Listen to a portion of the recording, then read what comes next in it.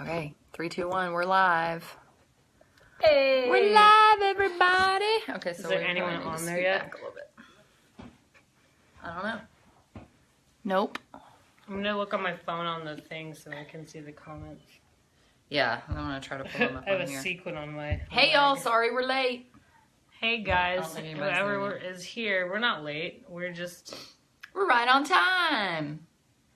But we're late for what we said we were gonna be. Shh, it's okay. There were technical difficulties. There were. I made that post. Did you see that? What? I made a post that said we're having technical difficulties. Oh, are we? I didn't even see that. It's funny. Well, I was coloring. I was really busy. All right, we have one viewer. Hey. Hey. I was Whoever coloring the viewer earlier. is. Viewer. Technical difficulties like coloring. Yeah, we were coloring. That's why. Finishing the coloring. I was project. finishing the coloring, but. All right. Juliana. So, I'm trying to fix it so that.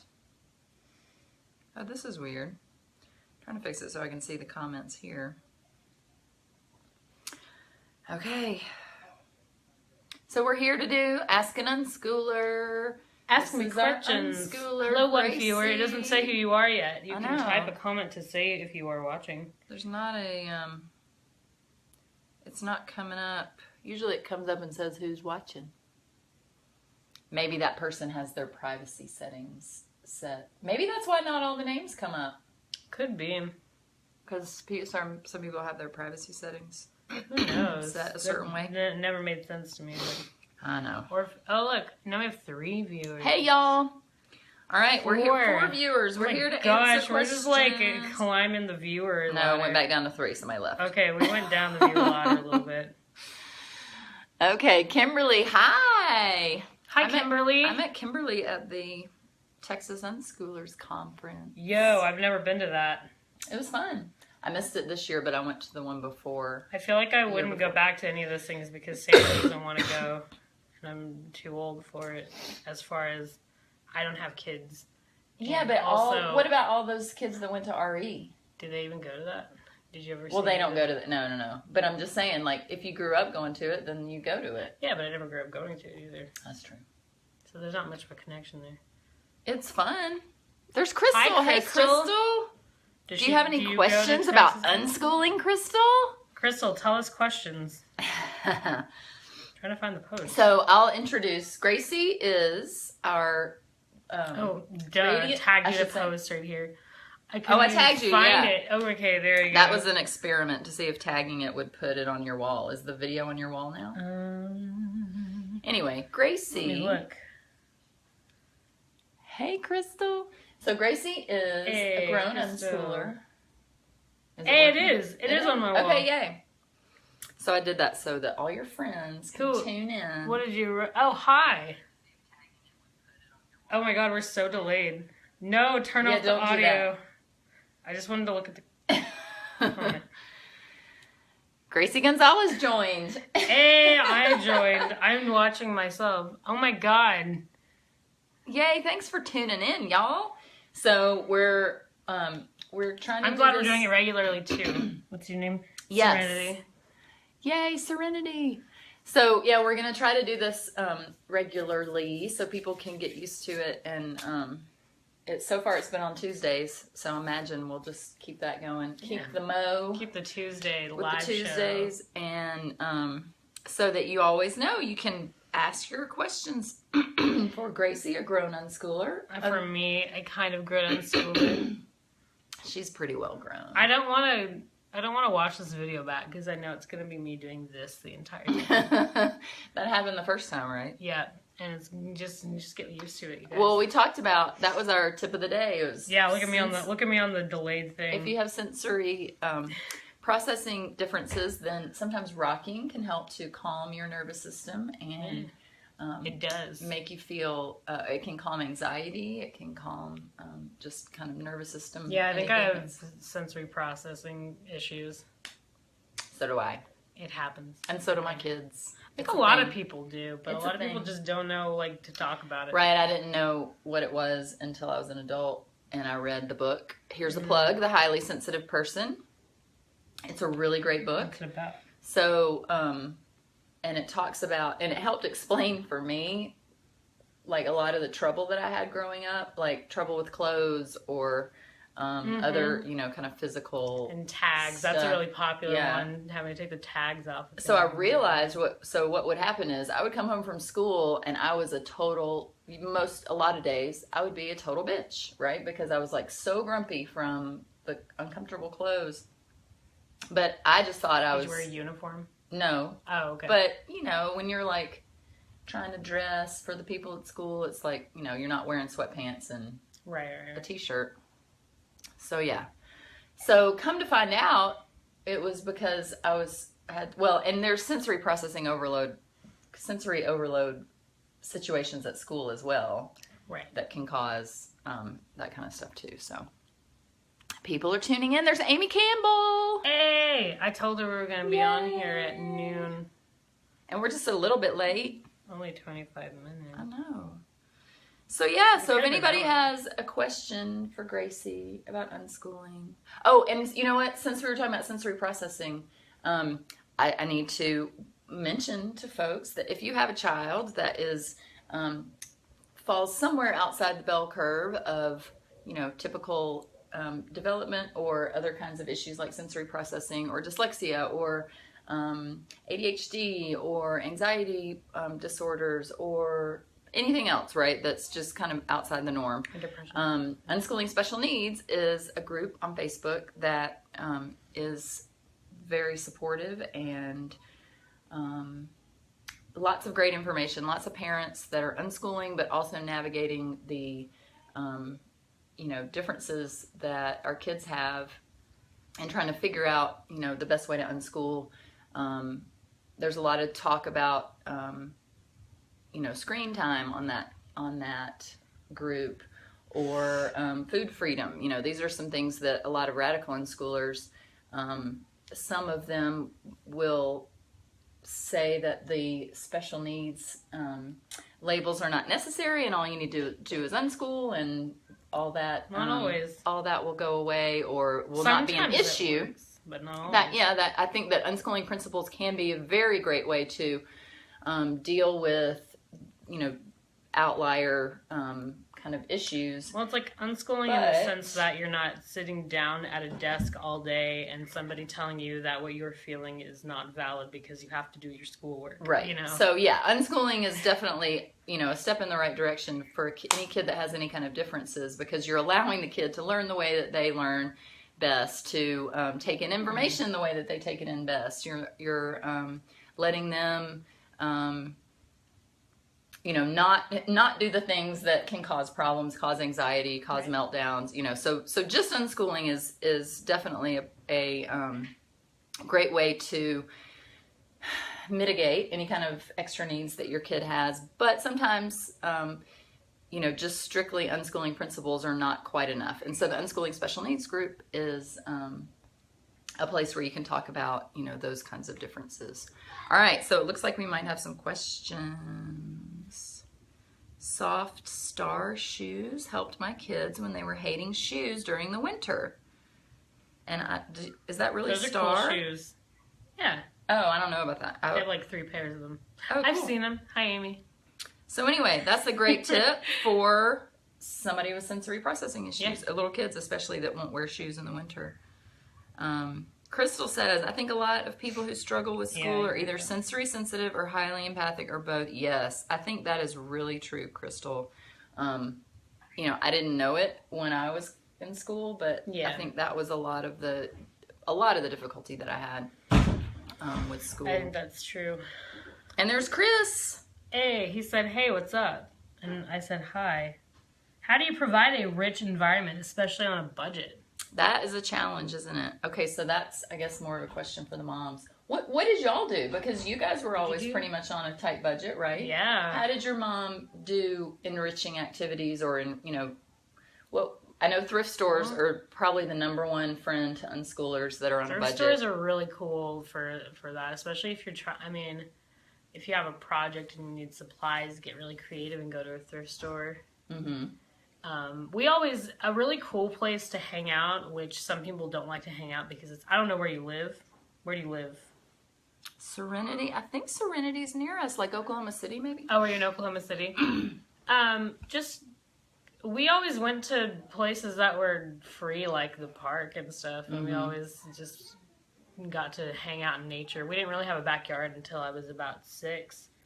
So we hung out at the Science Museum and right. So that's one thing. A good thing is to maybe save up for a membership to a place like a science museum or just an art museum.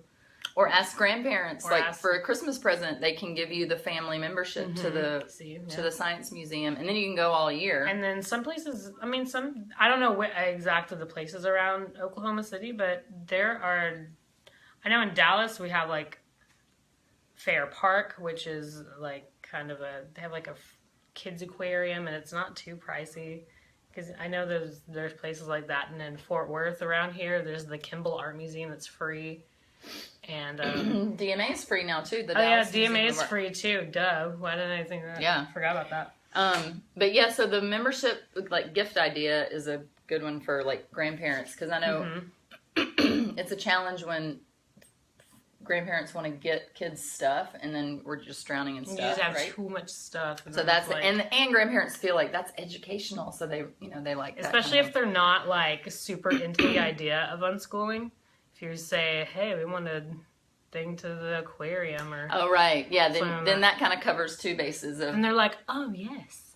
Yeah. They're getting school things. And I want to go back to what you said about park days. So, find the park days in your area. There has to be. Because those are free, and you get to hang out with other unschoolers. And if there isn't a park day... or an unschooling group, yes, start one. So you just start a group on Facebook with your name of your town or your name of your county or whatever, or your area. Crystal has a group called Central Texas Unschoolers. So that's Yeah, we're Dallas Unschoolers Circle, our group, right. The big group that I know of. So anyway, yeah, so start a group with the name, and then just start sharing it in the homeschooling groups. And, you'll eventually get a few families that are interested in coming out. And if you already have, unschooling friends, invite them and tell them to invite friends, and it'll start a nice chain of people. So Crystal says, rich environment on a budget has been a major challenge for us all along. Fun learning, in quotes. Oh, yeah, this is good. So economics, barter and trade can happen at yard sales, flea markets, thrift stores. So...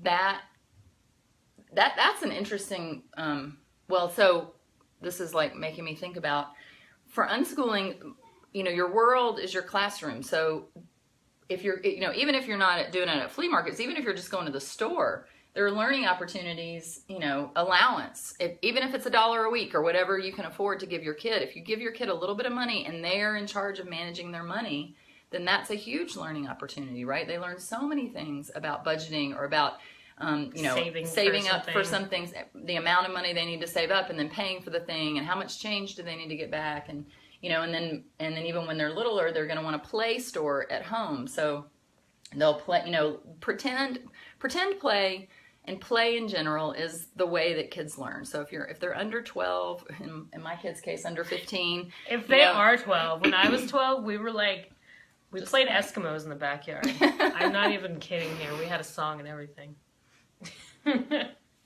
Okay, yeah, Crystal, I said Central Texas, but it's Centex Unschoolers. So anybody in Central Texas, join Crystal's group. Yeah, join it. Right how often do y'all get together, Crystal? Maybe she can, if she's still with us, she'll answer that. All right, that's weird. The same questions are kind of...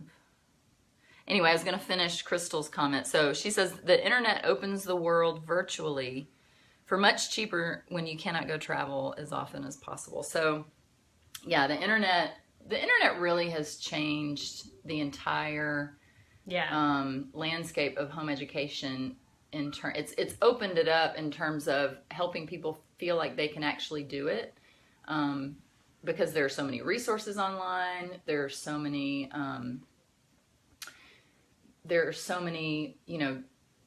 just opportunities. so much information online, so that you don't have to have a set of encyclopedias at your house. You don't have to drive to the library in order to look something up. So I think that that's really one of the biggest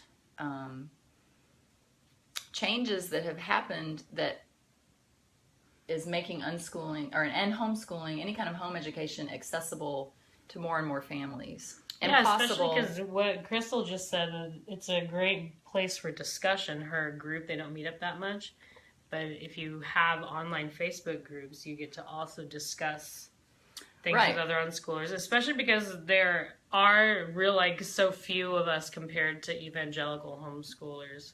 Right. It's hard to really and unschool, not even the evangelicals, but even just like school at homers. Those people are in one group, and then there's like a tiny little group of unschoolers, and you don't often have just like a whole bunch of them right next to you. So it's really good to have a group, especially, I don't know. Yeah. So, and I was just thinking about Serenity's original question about just providing a rich environment. Mm-hmm.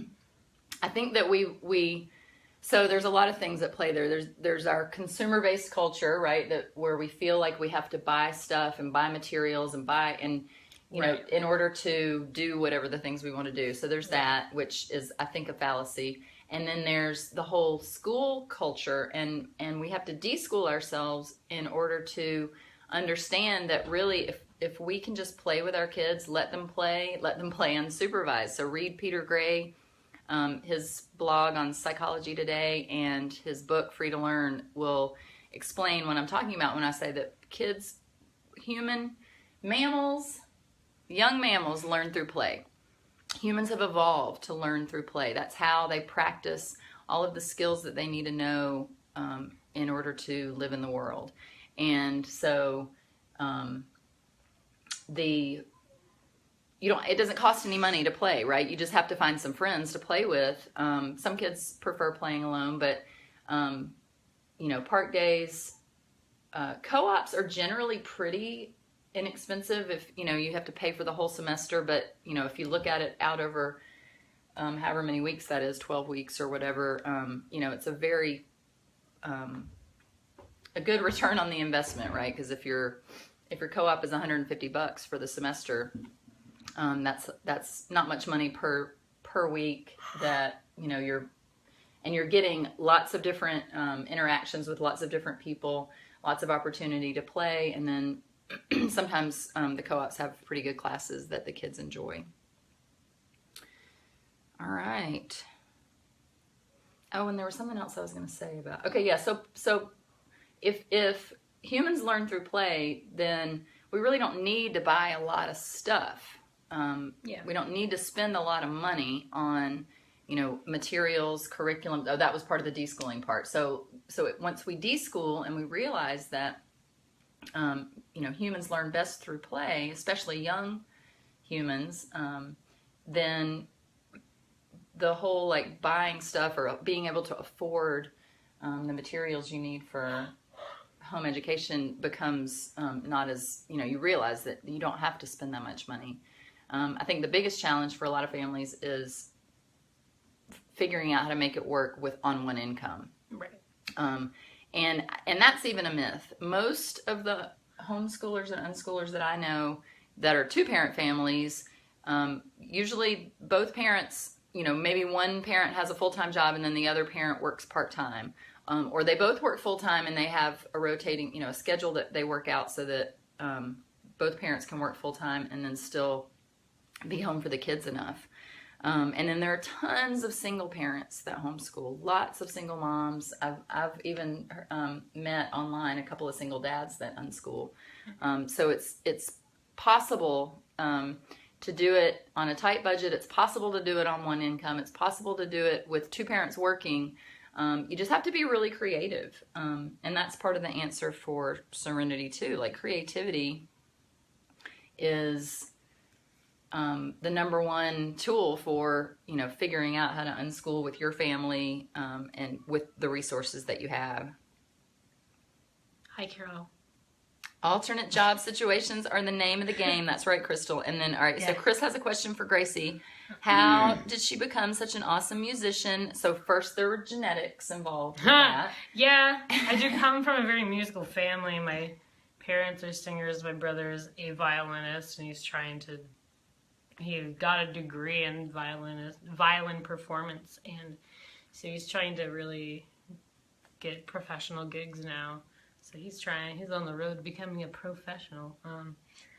I totally taught myself to play ukulele, and I just did it because I wanted to.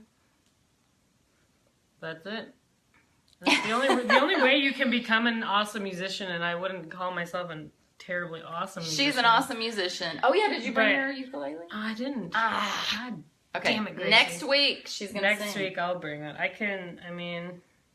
Next week I guess I could sing, but I don't have a ukulele. Yeah, nobody can become an awesome anything if they don't really want it, if they're doing it for other people. And I think that's a great thing about unschooling, is that you kind of are reflecting on yourself a lot more than you would if you were in school. Mm-hmm. And you're really asking yourself, like, what do I want? And it just kind of started out as a hobby, and then I was like, I want to get really good at this. And so just practiced and just played it all the time. Practice. So it doesn't feel like work because I kind of want to do it, you know? Yeah, totally. Oh, Crystal says, I think there's so much learning to be had in the yard, the garden, muddy puddles, rotting logs. We've been schooled. Yes. Yeah, we've been schooled to fear nature. That's so true. I just read an article about that, talking about how, like, my generation is the first one that was really more inside. And so then our kids, I mean, we were outside a lot, and we did the unsupervised play in the neighborhood thing in my neighborhood, but I was born in 73. No, like, my mom, she was born in the 60s. My mom was born in 1963. They had a woodsy area, and they'd go out there and play for hours and hours and hours unsupervised as well. Right, and I think that ties in nicely to what you said about practicing with music, is when you're unschooled, especially unschooled. I mean, homeschoolers also have more time and freedom than a kid in school, but when you're allowed to just do what you enjoy doing all day long, or 90% of the day, because you still are going to do chores or help out around the house, or everybody's always going to be doing something. Well, that they don't quite want to do, right? I, as a youngling, put up quite a fight doing that, but right, yeah. But anyway, so yeah, it's just becoming an awesome musician. Whether Gracie has done so, and so has her brother, because they had the time and the space and the freedom to play, not just play like a kid plays, but then play music and play at the thing that they were interested in doing to try to find. How many instruments did you just pick up? Ukulele and that was it, or did you mess around with a lot of different instruments before you were like, okay, I'm going to really focus on ukulele? No, I just picked up ukulele because actually Amy Campbell, who isn't on here anymore, but she was tuning in a minute ago, they had a little ukulele at their house, and I played a little bit when I went over, and I was like, I like this instrument. Mm-hmm. It's so fun. And I also have, like, kind of short fingers, so I was like, I'll never be able to play the guitar. So I played ukulele. I bought a ukulele, and I played it and played it and played it, and then I picked up guitar a little bit, and I know guitar a little tiny bit now. Yeah. So they're very interchangeable for me, just because, I don't know. But before that, you were singing a lot. Yeah. No, I did a lot of musical theater, and I realized I didn't actually like doing that much. I mean, I did, but I didn't want to, like, pursue it as a career, and that's where it was headed past that point, because there were no more high school theater things to do, because I was homeschooled. Which was kind of a bummer that I didn't go to school, but it was totally not worth it to go to school just to be in plays. But so you did. I did that in college, and that's why I went to college. Gracie did dropped out. The dual credit program with the community college, and so that's how she got the. But then really, well, I don't know. Maybe it was different when you were younger, but now I know I can probably think of 5 little theater companies that I didn't have any of that. a lot of homeschool kids are doing productions with. Yeah, that's a very new thing, I think. Yeah, there's the one in Wiley, but then there's that I think has been around a little while longer, but there are several more that have started up recently. There's Plano Children's Theater that was around for a very long time. My friend Bonnie did that. Yeah, so there are a lot, and at least now, there are a lot of community theater for kids, and a lot of the kids that do it are homeschooled. Yeah. And in co-ops. I mean, I know with a couple of different co-ops that we've been involved in, they've done productions. It was a class in the co-op, and then they just rehearsed all semester and do the performance at the end of the semester. So there are a lot of opportunities, at least in Dallas, for that kind of thing. And if you don't have one in your area, the answer is maybe try to start one if you're really passionate about it. But if it's more of a hobby and you're like, this is just a fun thing to do, don't stress yourself out. PSA. We are anti-stress around here. For real. Get your stress balls out and just squeeze them until they break. That's how you get rid of stress, right? One way. Yeah.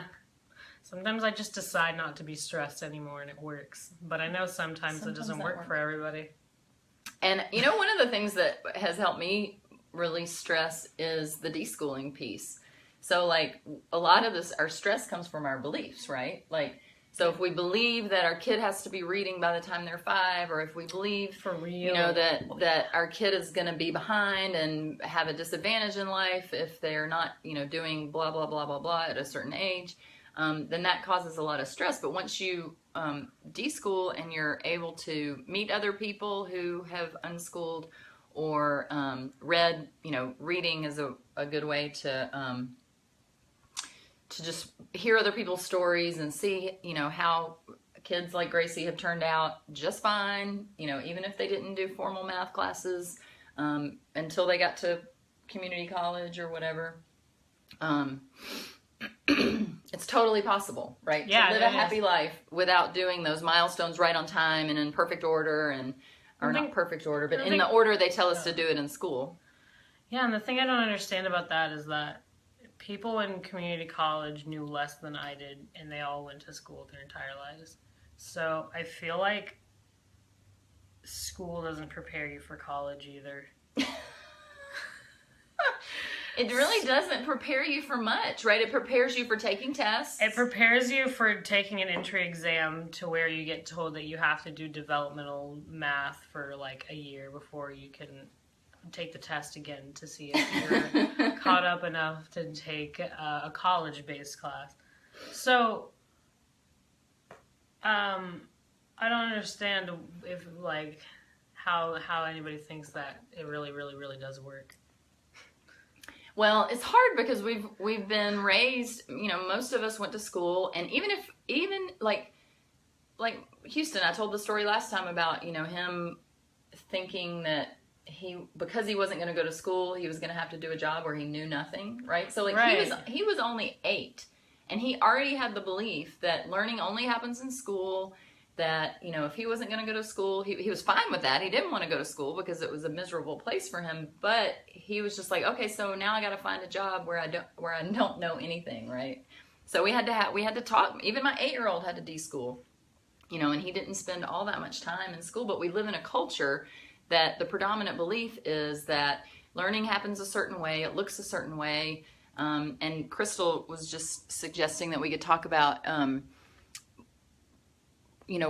when parents get nervous because things don't look academic, and that's another belief that we have, that like if it's not an academic category, if it doesn't look like maybe the way things are done in school, that parents don't realize that learning is still happening. Yeah. Even if you're spending your time. Well, and that's because they're in the belief that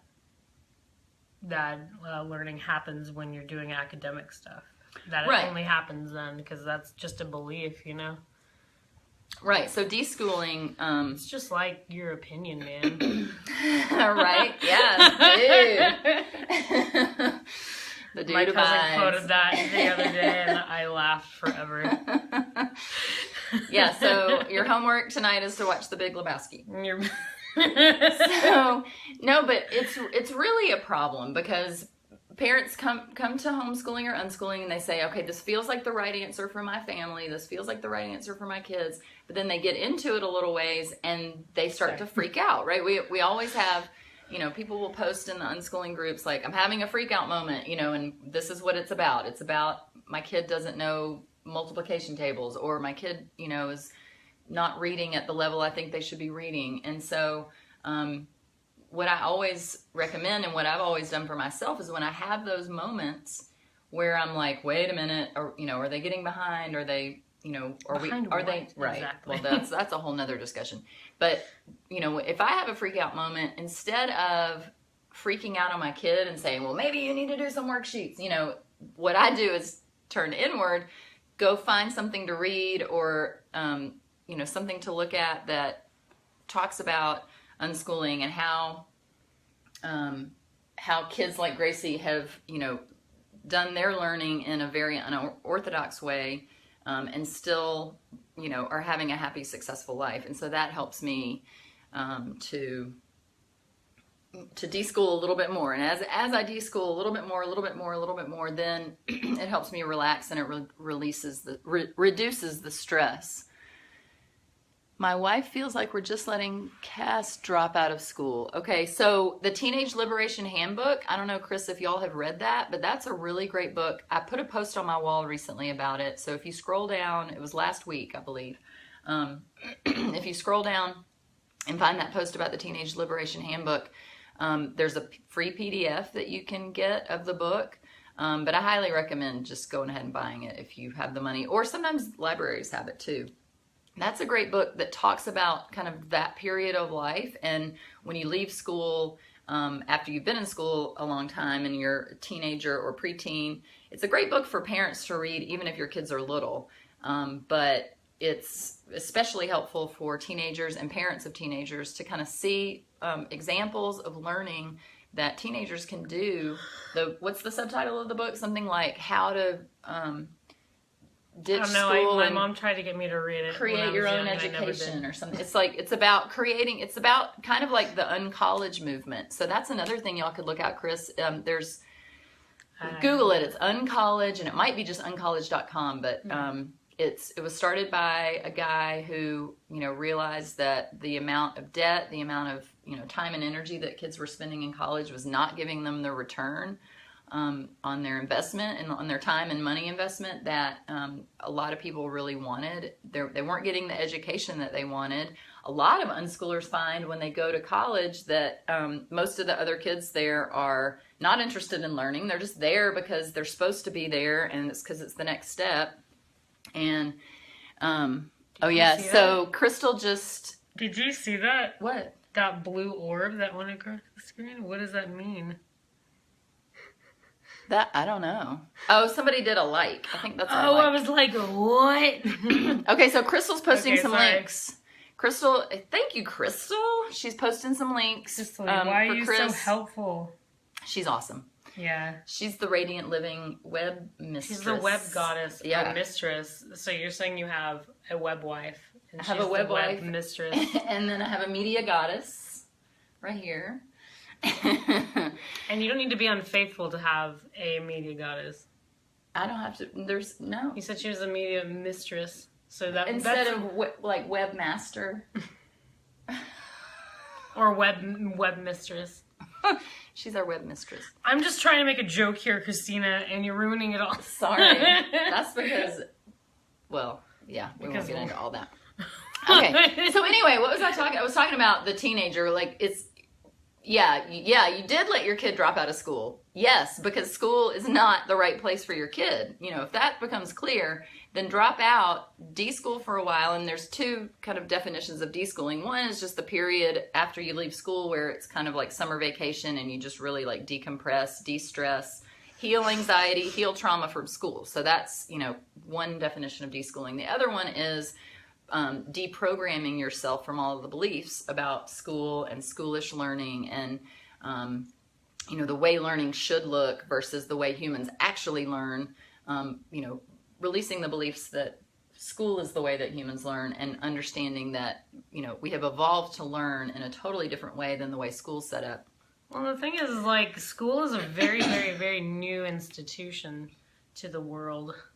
Right. So it's about 150 years old. Humans have been around for millions of years. Humans in our current form that we evolved and became Homo sapiens, and it's only become like this really, really weird system over the last maybe like 75 to 100 years. Well, and the biggest problem with school is that it was designed so it was the model that we use in the United States is the Prussian model of school that was designed to make for good factory workers and soldiers. Right. And it was also designed at a time when bureaucracy, there's a great TED Talk. Oh, and gosh, I'm going to forget his name. I'll think of it in a minute. But he talks about how, the British Empire was a big bureaucracy. Everybody had to learn to write and spell and do clerical work and keep, books the same way. Everybody had to learn the same thing so that the bureaucracy could function. Right? And we don't have that anymore. The world has changed, but the school system hasn't changed. The way we teach kids, the things that we teach kids, the things that we think they should know, learning facts is not necessary anymore, because you can go to the internet at any time and find out any kind of fact that you're needing. Even multiplication tables, I think, are obsolete to have those memorized, because everybody's got a calculator in their pocket now with but even saying that, like my 15-year-old, he still knows how to multiply, not because we sat down with worksheets and learned or memorized multiplication tables. He just understands, that if you have 3 groups of 2, that makes sense. It makes 6. And right. he when he was little, it kind of falls into a place of like kind of common sense as you grow older, and you're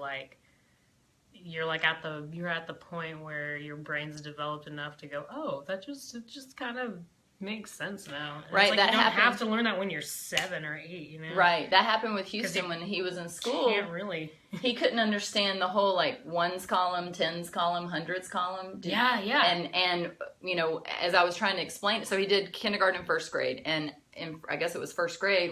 I was trying to explain this to him and help him understand so he could do his homework and his math work. And he just could not grasp it. And so I got a little bit nervous. I'm like, well, how can he, how's he going to build on his math knowledge if he doesn't understand that basic concept? And so we left school, and then maybe it was a couple of years later, we kind of returned back to that concept, because something happened in life, right? Like where we were talking about a 3-digit number, and maybe adding a 3-digit number or something. And he still couldn't understand, like when I was talking about the hundreds column and the tens column and the ones column. And so I got a little nervous, and then I read some stuff about, learning math at Sudbury and how you can do it. You can learn K through 12 math in 20 weeks or 20 contact hours, once you're ready to learn it. So I calmed down, and probably the next year something happened, and we're talking about it, and he just got it. As soon as I explained it, he's like, oh yeah, I get it. And it took 2 seconds, right? But we could have, over those 3 years, tried to drill it into his head, which would have just turned him off to any kind of, the M word, right. And made him feel stupid maybe.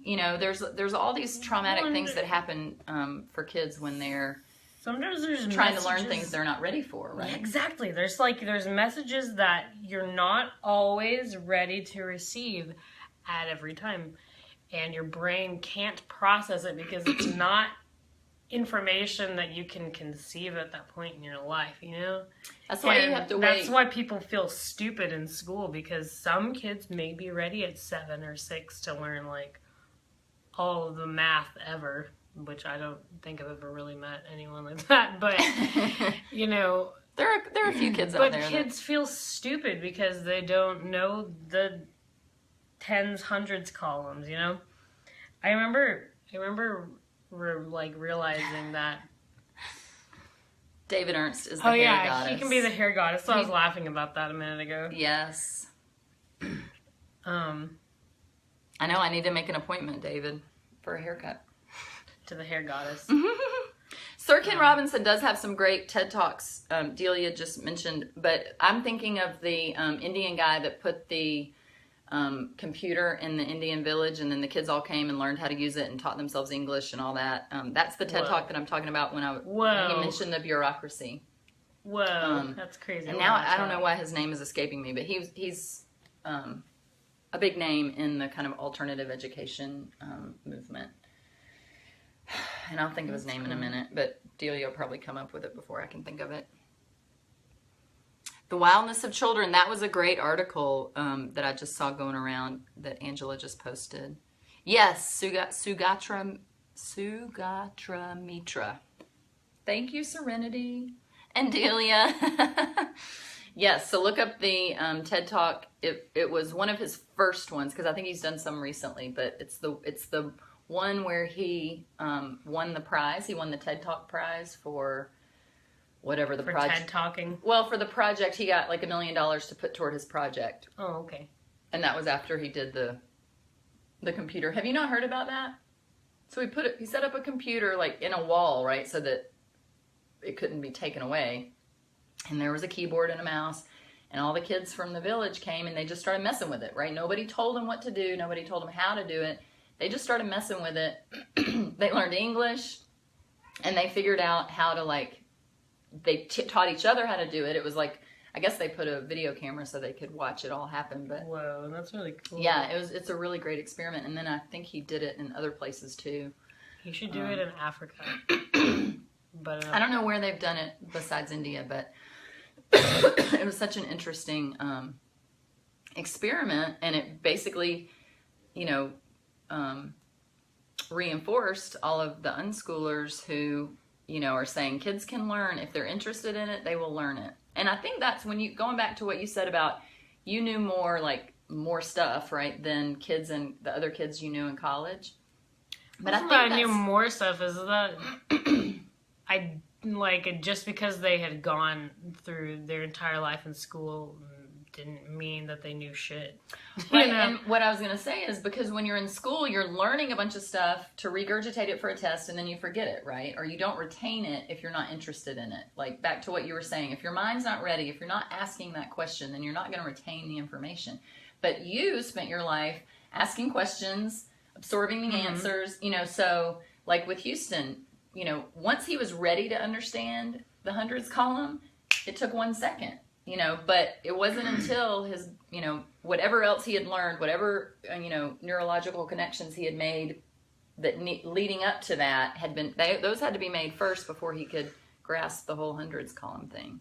Yeah, exactly. School in the Cloud. Yes, that's Sugatra Mitra's project.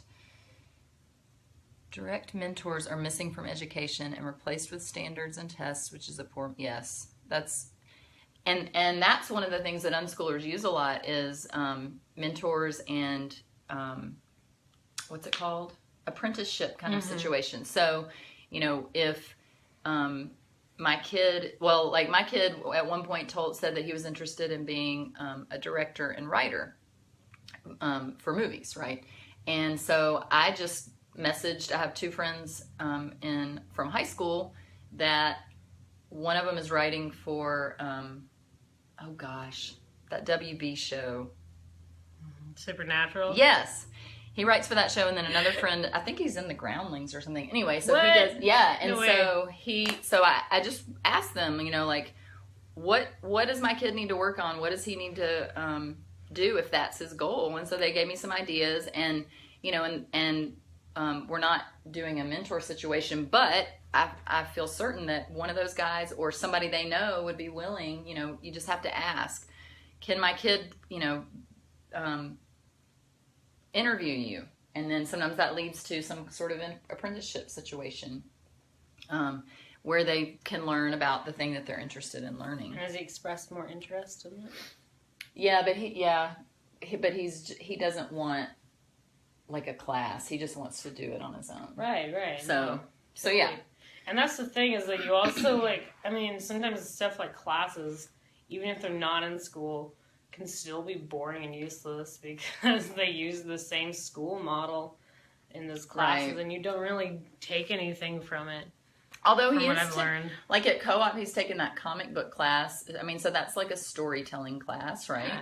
I mean, and really his whole life, I think that's his archetype, right, is storyteller. So his whole life he and Samuel, he and my little brother Sam, they do like storytelling, like just guerrilla storytelling is what I think of it. Like that's they just like. Are like always improvising a like scene or something just on their own, just like playing around and making each other laugh. And so now they're 15. Sam's almost 15, and when they were little, it would have just looked like pretend play, right? The little kids do pretend play, but then as they can't, they still do it. And they now with Legos, right. So Legos. they did it a lot with Legos, and they would create stories, create scenes. So like Houston has a lot of experience building movie sets, right? Miniature movie sets because of the Lego thing. And then they would make stories with the minifigs and do all that. And sometimes I would overhear them doing their story. And so I'd stop and listen for a minute, and they'd be in the middle of the story, and then they'd pause, and they'd be like, it'd be like the guy would bust in the door, and then he'd hold the gun to the guy's, and then he's like, wait, let's make the cops come later, and then the guy tells the guy the secret, and then the spy does this, and then Sam would be like, oh yeah, that's a good idea. So they like pause in the middle of the story and like change it up a little bit, and then like, okay, yeah, keep going, and then they'd get back into the story, and I wish that they would film some of their try stuff. Screenwriting. Right. Have you suggested that? Oh well, yeah, I mean he's interested in that, but he's not ready to like formalize I think he it would be a good director, though. Oh, he'd be great, yeah. And that's what no, exactly, yeah, he is. He's just his soul. Right, but yeah. So, and that's one of the things that I noticed. When we started unschooling, he just would spend most of his time playing Legos, watching TV, drawing. Those were kind of his main And watching three things. TV is a good thing for people who want to for do a storyteller, like right? A storyteller. And he didn't enjoy reading that much, and so I worried about that a little bit. But then I was like, well, no, he gets his stories from video, right? That's the way he absorbs it better. Information. He can remember any scene he's seen, any scene from a show. He remembers it verbatim, So, oh my God, he could watch it one time and repeat the entire scene. Right. So when so years later, when he told me I want to be a writer and director, it all made sense, like why he would have spent so much time, watching shows. I mean, he was analyzing, and then when he was not watching a show, he was creating his own stories in his mind or with his friend Sam. Right. So, that's what I've heard that story so many times from unschoolers, that their kid chose to do this and this and this and this that didn't look academic. But then once they got to be older and they said, oh, well, I kind of want to do this maybe for my job, then it made sense. All the stuff they spent their time doing, made sense. And you see how all that knowledge, all that practice, all that, time and experience that they spent doing that stuff that didn't look academic fits into their goals now and kind of what they're wanting for their life in the future. So allowing our kids to just really explore their interests is the most efficient way, really, for them to get where they need to go in life. Yeah. No, the comic book class is at a different co-op. But maybe Houston maybe he could take what he's learned at the other co-op and he'd be willing to do some comic book stuff at, that'd be fun. At Duck. I think with unschooling versus school, you've got to be clear up front that the ultimate goal of each is different. Yes. To me, schooling is about minimum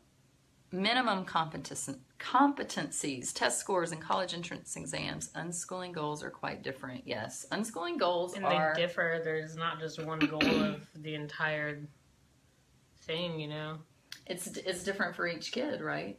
I mean, for me, the ultimate goal is to have a happy life, right? And, that starts with not spending time doing crap you're not interested in, but what ends up happening is that, when you're doing the things that you love, when you're doing the things that bring you joy, then it takes you down this it's a meandering path, right? It's not just a straight A to B line that happens with kids that are unschooling. They're winding around. Sometimes it's kind of like a spiral, and they come back to things.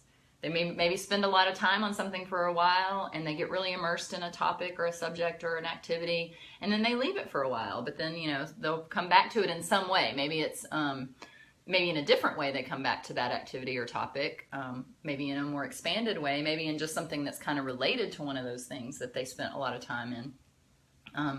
But it's never just, learn this and then be tested on it, learn it, then get a grade on it. And that's why unschooling requires so much trust. You have to trust yourself.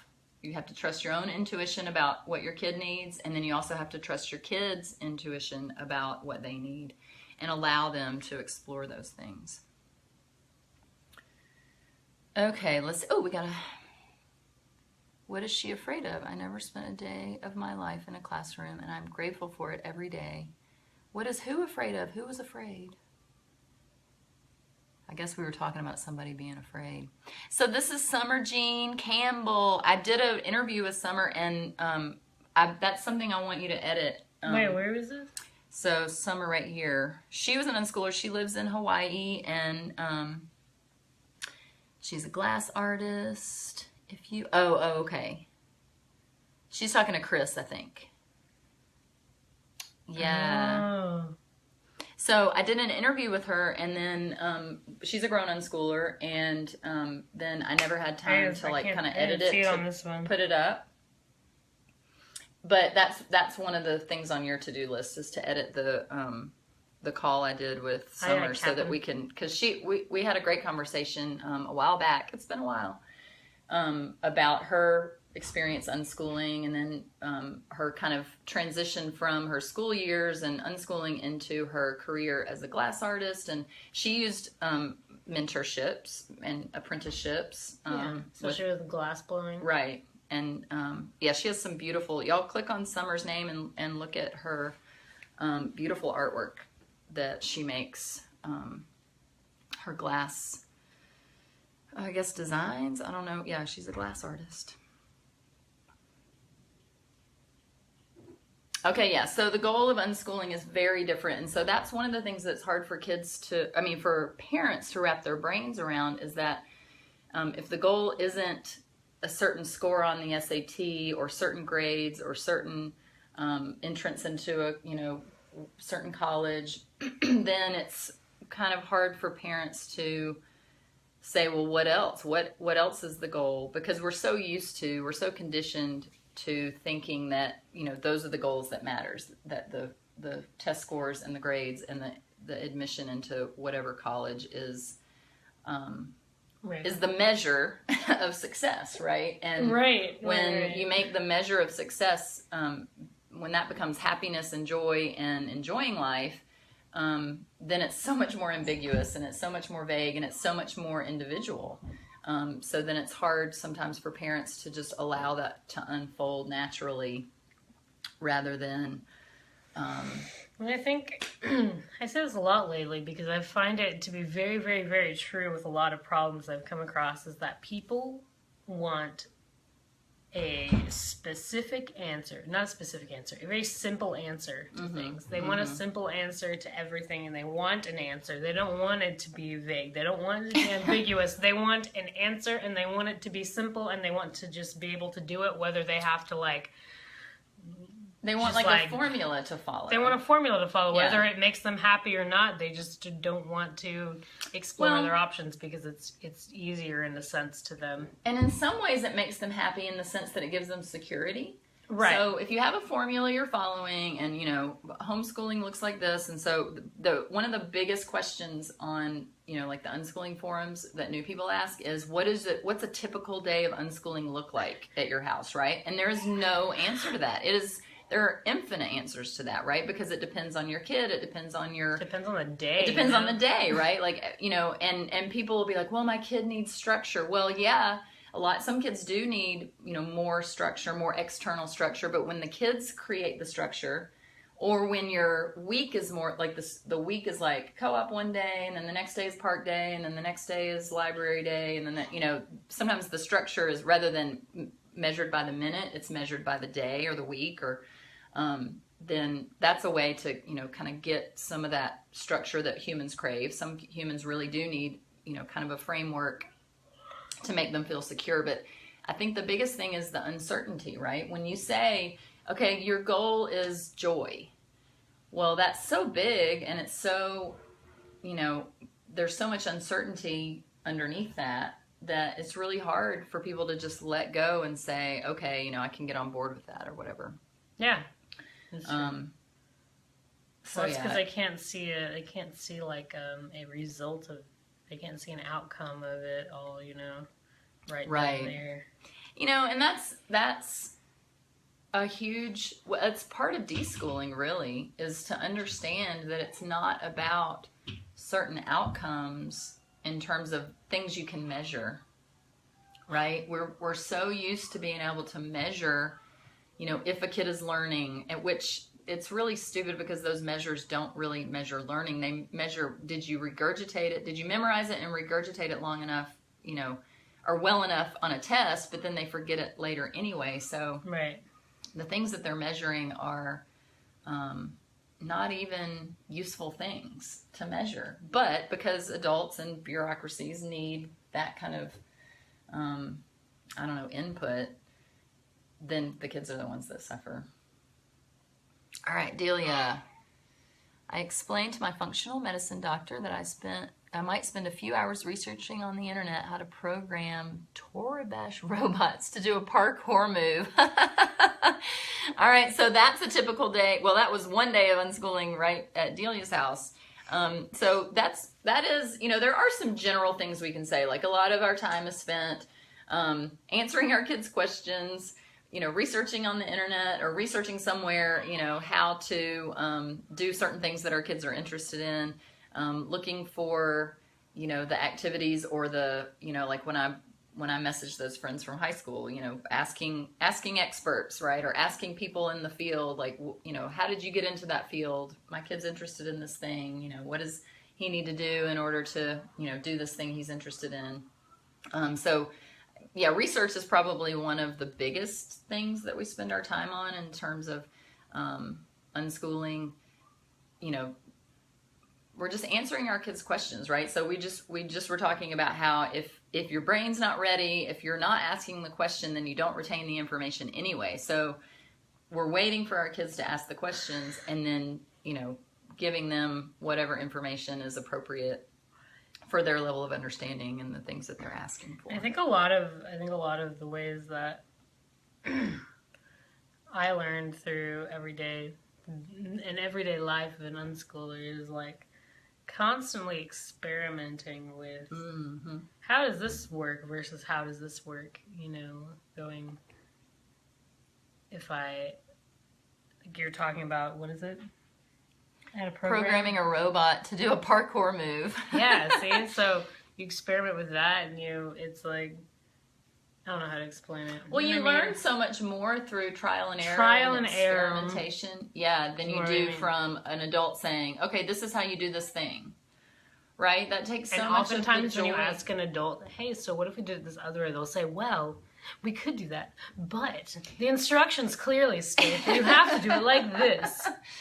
Right, and so that, you know, unschoolers have to get comfortable with letting their kids experiment with stuff, even if it's messy, right? Even if it's, it doesn't follow the directions. All over your face. No, you don't have to let them do that. Right, and, you know, and that's a challenge for some, you know, if a parent has OCD and they can't stand messes, you know, then it can be a challenge to unschool because life is messy, learning is messy, actual real learning is messy. And, yeah, then, you know, and really, I think every challenge that people have with unschooling, it really comes back to the parent, you know, of letting go of their, you know, whatever hang-ups they have about whatever the thing is. Stuff is never about the kids. Right, because the kids, for the most part, they remember that, well, they know how to learn. They know how to, kids are born curious, right? And so if we just allow that curiosity to go, it will be messy, but it also will be such a more efficient way to learn and retain information, because the kids are asking the questions that make sense to them at the time, which means that they're going to remember the information. Just like that right, time. So then when your kids, because when your kids start asking questions about something, then that means their brains like thought of this question and gone, all right, I'm ready to receive the information about this certain thing right here. So let's see where the answer lies. And that is the moment that they're primed for that information. That's why I think it's detrimental to kids whenever they start asking questions about like touchy subjects, like, what is sex, Mom? Mm-hmm. It's like your kid's already thought about it. Right. He's already ready to know about something about it. Maybe not like maybe not like some like details, but like, you know, like what is sex is a very broad question. Well, and usually they ask, and sometimes I like to start with like, well, what do you think it is? Like, ask them what is your understanding of it, and then you can build on that a little bit to the point, and then you know when they're done. Because Houston even now will be just like, all right, bye. You know, and I'll be like still talking about stuff. Or you can see the face change when someone is totally done talking to you. Yes. You know? And so, and so honoring that. So answering their questions when they ask them, but then also honoring when they're kind of done. You know, when you've My dad had the problem where he would turn every question into a lecture. So right, and that's not helpful either. I mean, it's better than being like, well, you're too young for this. Come back and ask me when you're older. I have a good example about this because Houston, he watched a lot of Simpsons when he was little, and even now. So he heard something on The Simpsons, and he came to me and he asked, what is the Electoral College? Or something about the two-party system, I think is what it was. It was about the Democratic and Republican two-party system, because the show was about the presidential election, right? So he asked the question, so I started talking about, you know, details about that, right? It turned into a civics lesson, but it was, you know, it was a conversation, right? So it was a conversation about the two-party system, and I think we started talking about the Electoral College, and it ended up being a really long, you know, we might have even talked about it for 30 minutes, right? And he absorbed so much, right? He was asking all these questions, understanding, you know, and after the conversation was over, I remember thinking, and he was probably 10. I'm going to say about 10 or 11 at the time. And after we were done, I started thinking about if I had just like walked up to him the day before that and said, okay, Houston, we're going to sit down and learn about the two-party system and the Electoral College, and this is our civics lesson for the day. And, you know, it would have just like, phew. But because he had that question from the show he watched, he absorbed a lot of it. And then we didn't talk about it for a long time. Probably a year later, he came back and he said, remember when we were talking about the Electoral College and da-da-da? Then he had more questions. And so then we talked about it again for, you know, another 30, 45 minutes and, you know, got to a different level of his understanding and what he was ready to absorb and what he was ready to, you know, hear about. And so, and it was so interesting to me that it was a year later before that question came up for him, right? Wow. He kind of took that information in, probably, you know, it probably helped fill in some holes for him in terms of, you know, he's like a student of culture, right? Like as a storyteller, that's one of the things that you are really interested in learning. He definitely loves history. And so he probably was plugging that information into his experience, you know, and then after a year, more questions came up for him, you know, and so then we talked some more about it, learned a little bit more about, you know, the whole civics, you know, situation, and then that was enough, you know, and then and since then, periodically we have conversations about you know, any of that stuff, anything having to do with politics and, you know, history, especially this year with all the election, and he's older right in this election, you know. But yeah, and it's so interesting to me that if I had taken that same information and said, okay, you know, Houston, today's the day, we're going to talk about this stuff, he would not have been interested. He would not have been, because he wasn't asking the question yet. Well, it's kind of like you're a human Google machine. Right. You Google something until you get your answer that you want, and then you stop, right? And maybe you don't come back to that topic for a long time. Or maybe you delve into it really deeply for a while. Maybe you find every book you can find about that subject and you read as much as you can. And that's another thing, the whole like well-rounded Oh my God. fallacy is really troublesome because there are so many people who... How are they going to be a well-rounded human being? Right, but there's so many people who learn by delving deeply into one topic for a while and to the exclusion of everything else. And that's the thing is learning takes time. You can't be this well-rounded person learning all of this stuff like not really learning you're not really Yeah. learning it after like 12 years of like 6-hour days and then 6 hours of homework every night except for like a 2-day off period, you know. And it's like I only know a certain amount of things right now, but I know that as I get older I'll be learning more and more. And it's like, how do you learn after college? It's unschooling. You unschool, you know? You're interested in something, you look it up, you ask somebody that knows about it, you find a class, you know. I remember I took one photography class. I took one in college and then one at a community center after college, and then, you know, I ended up years later having a photography business, which was mostly self-taught, right? But I did take those 2 classes, and then everything else I learned through reading books, you know, looking at other photographers' websites, and, you know, I got the some magazine, you know, that was a professional photographers magazine, so I would just, you know, read articles there, and they had tips, business tips, and, you know, that's cool, and figure that out. But yeah, that's how we learn. That's how humans learn. Oh, that's true. So we've been doing this more than an hour. We should probably we're gonna sign off. Thanks, everybody. Comedy is the best way to be. Yes, it is. That is the truth. Delia has got it. It's true. Has got it right, because Houston, even he'll like have something memorized, and I'm like, what? How can you remember that if you've only heard it one time? And he said, I thought it was funny. And so you know, for him especially, yeah, if you think that something is funny, then it sticks so much better than. Except reading don't it take from the a dry comedy guy's textbook. defensive driver school. Did you do it? The worst piece of shit I've ever seen. Did you do it? They're like, we're professional comedians. It's Yeah, like, no, you're they're not. not You that take the funny. course, and you're like, I did an illegal U-turn But it's better than accidentally, don't you think it's better than like a dude just like, you know, No. talking about the. Because you can add you can put your own imagination to that and make up a backstory about him. Add your own personal flair, but no, they had this like it was. I can't even describe how stupid the comedy guy's defensive driving school is. Do not take it. It's not good. Well, you must not have had a good one, because I've heard that that it's at least better than like the Well, boring here's one. the thing. I took the online course.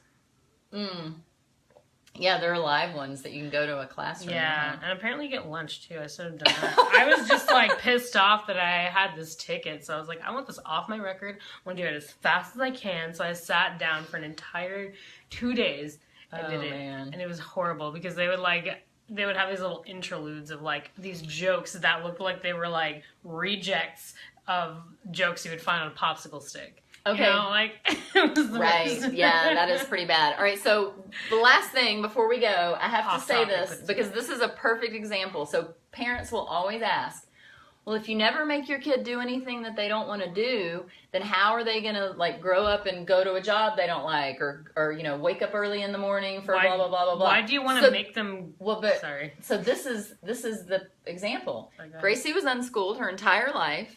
She mostly did what she wanted to do most of her days, right? But when she became motivated to get the illegal U-turn off her driving record, she suffered through the 2-day driving course in order to do that. So human beings, if they are motivated to do something, they will do the, you know, uncomfortable parts, or they'll do the parts that are not so much fun because they're motivated by whatever their motivation is, right? And here's the thing: why would you want your kid to have to like wake up at an unreasonable hour to go to a job that makes them unhappy? Like, how is that a goal, because parents man? are doing it and they think that that's just life, right? They That's dumb. Life's what you make it, man. yes, but a lot of people are still. That's in just the like old, your opinion, man. I know, dude. But a lot of people are trapped in that kind of old paradigm of You trudge through life and you do, you spend most of your time doing stuff you don't like rather than spending most of the time you do stuff you like and just a minority of the time doing the crap that you don't like. And that's why I think and so you have to really have to understand that when you're going into unschooling, that whatever the people have been teaching you these days or that you've been learning your whole life is like kind of bullshit, and you just have to kind of drop it. Because it really is, and if you keep having that mindset, unschooling's not going to work for you. Yes. And I've only really kind of realized that for me, I want to be happy, and if I'm not going to college right now, and I might not ever go back to college, and it's like people who are for some reason worried about me for not going to college, like I think they have bigger problems to worry about if they're really worried about me not being a well-rounded person and going to college, and it's like, don't worry about me. It's their own fears. Yeah, it's their own fears, and it's like, don't worry about other people like that. If I'm happy not going to college and not making a lot of money, then that's me, And you're finding your way. Yeah. You're finding your way to the thing that, is gonna eventually, there's no rush, right? You're doing it. You're already doing it. I have to be ready for the fact that maybe I will never get a regular job, and that's just a possibility. And that's okay, and I'm happy about that, and I don't really stress about it anymore. I've decided to not. Because I realize the stress comes from what other people will think about me not going to college and not having a regular job, and it comes from the fear-based thinking, the fear-based living of life that so many other people live, how right. They're just like, well, we have to do this because that's just that. And that's the thing. That's just what people do. It's never been a good answer for me. No. That's just what people do. It's like, well, people? Yeah. I ain't people. You singing in the rain. All right. Yeah. So, that's your homework. Watch Singing in the Rain. Watch Singing in the Rain, Big Lebowski. And get some popcorn, man. Read the Teenage Liberation Handbook. Oh, watch the TED Talk. Oh, yeah. Sugata Mitra. Okay, here's it in order. Singing in the Rain, Big Lebowski, TED Talk. Teenage Liberation Handbook. And then you sit down with the book. And if you don't like reading, then don't read it. Can I tell you a secret before we go? Yeah. I never read the Teenage Liberation Handbook because I don't like reading. She's still liberated, though. But I'm still liberated, and you can be liberated with or without it. You can have someone who knows the Liberation Handbook and just talk to them like Christina. Yeah. And that's kind of more how I learned, because I don't like reading, and I just never will like reading. Same with my oldest. He's not a reader, and I had to come to peace with that, And once I realized, oh no, he learns in that kinesthetic way, and then auditory. He's definitely an auditory learner. So videos for him are the way that he retains information better. And so, I had to get over my biases about screen time, because of that, right? Yeah, and this whole people are always learning. And that's one thing you got to remember as well. Right. So learning all the time. There's some more homework. Learning all the time. That's by Singing John. in the Rain, Big Lebowski, TED Talk, Teenage Liberation Handbook. You're learning all the time. That's 5 on one hand. Learning all the time is by John Holt.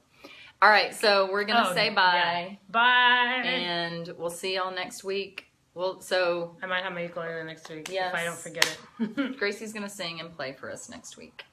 And do we want to say noon o'clock? Noon o'clock. We'll try to do it at we can noonish. Between noon and noon 30. We'll broadcast live, so y'all bring yourselves, bring your phones, bring your friends, bring your pets, and we'll see y'all next week. All right. Bye.